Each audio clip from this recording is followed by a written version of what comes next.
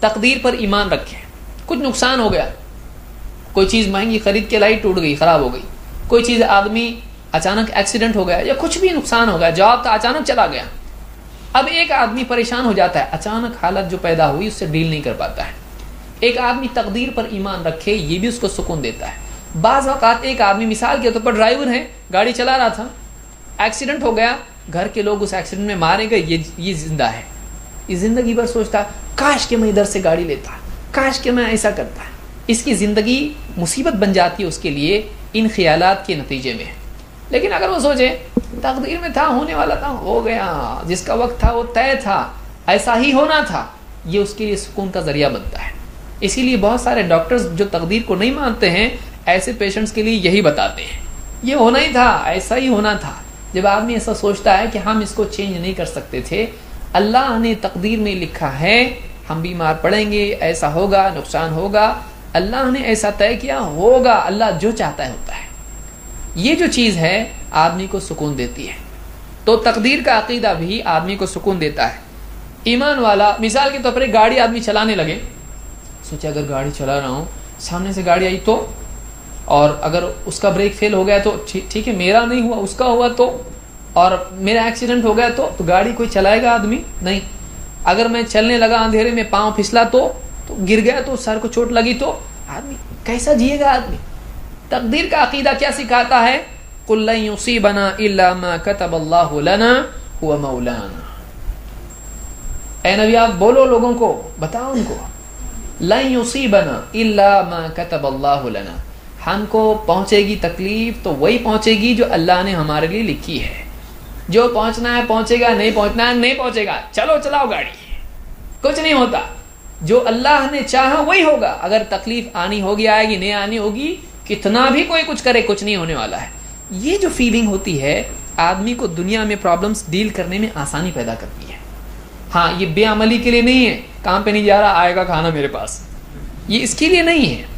دنیا میں آدمی کو آگے قدم بڑھانے کے لیے, بیٹھنے کے لیے نہیں, آگے چلنے کے لیے رکاوٹیں دکھائی دیتی ہیں, پرابلمز دکھائی دیتے ہیں, ڈر دکھائی دیتا ہے.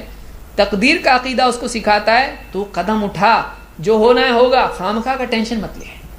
تقدیر کا عقیدہ آدمی میں ہمت اور سکون پیدا کرتا ہے. آپ دیکھیں مثال کے طور پر اللہ تعالیٰ فرماتا ہے ما اصاب من مصیبت فی الارض ولا فی انفسکم الا فی کتاب من قبل ان نبرأها.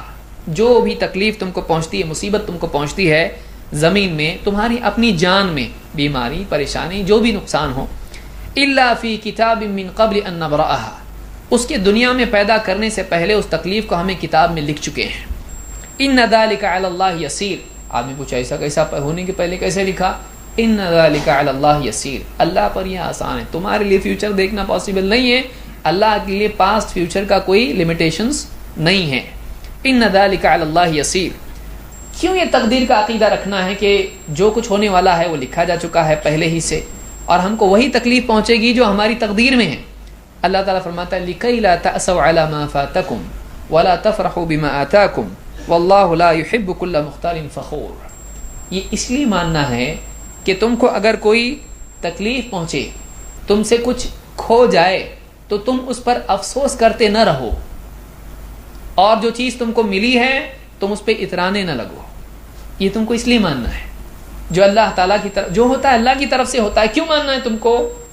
اس لیے ماننا ہے تاکہ تمہارے اندر اگر تم سے کچھ کھو گیا, میں ایسا کرتا تو ایسا ہوتا, ایسا نہیں کرتا تو ویسا ہوتا, ایسا کرنے میں دوسری بھی بچ گئی, ایسا اگر کود کے پکڑ لیتا ٹرین تو اچھا ہوتا, پہلے ہی سے ریڈی ہوتا تو اچھا ہوتا, بیگ ایسا رکھتا تو اچھا ہوتا, یہ کرنے میں ٹرین آئی دوسری بھی نکل جاتی ہے. تو ایک آدمی ایسا ویسا کرنے میں اپنے آپ کو پریشان کرتا ہے. لیکن تقدیر کا عقیدہ ہو, نقصان ہوگا, کتنے کا ہو گیا؟ 20 لاکھ کا ہوگا.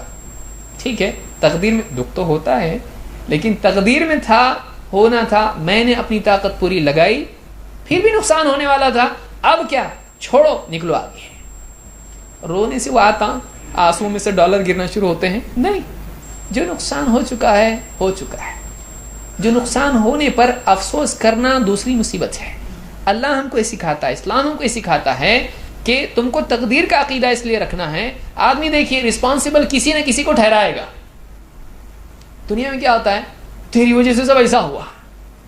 کبھی کسی دوسرے کو, کبھی اپنے آپ کو, یہ ایسا ہوتا تو ویسا ہوتا, اس چیز کی وجہ سے ہوا, اگر میں ٹرین کا ٹکٹ جلدی مل جاتا, ٹرین جلدی مل جاتی تو ایسا نہیں ہوتا. آدمی اکثر ایسا سوچتا ہے, کسی نہ کسی کو رسپانسبل آدمی بنانا چاہتا ہے. اللہ نے بتایا ایسا مت کرو, تم کو جو تکلیف پہنچی اللہ کی طرف سے آئی ہے, تم یہ مانو. کیوں؟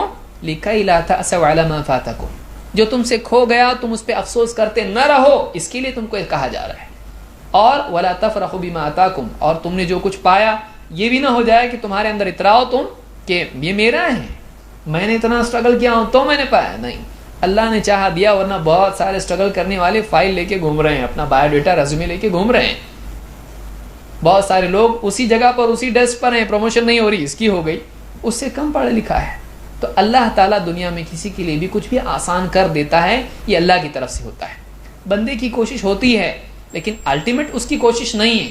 اگر صرف کوشش پر ہوتا تو کسی کی بھی کوشش ویسٹ نہیں ہوتی, اور کوئی آدمی اس کو بغیر کوشش کے ملتا ہی نہیں.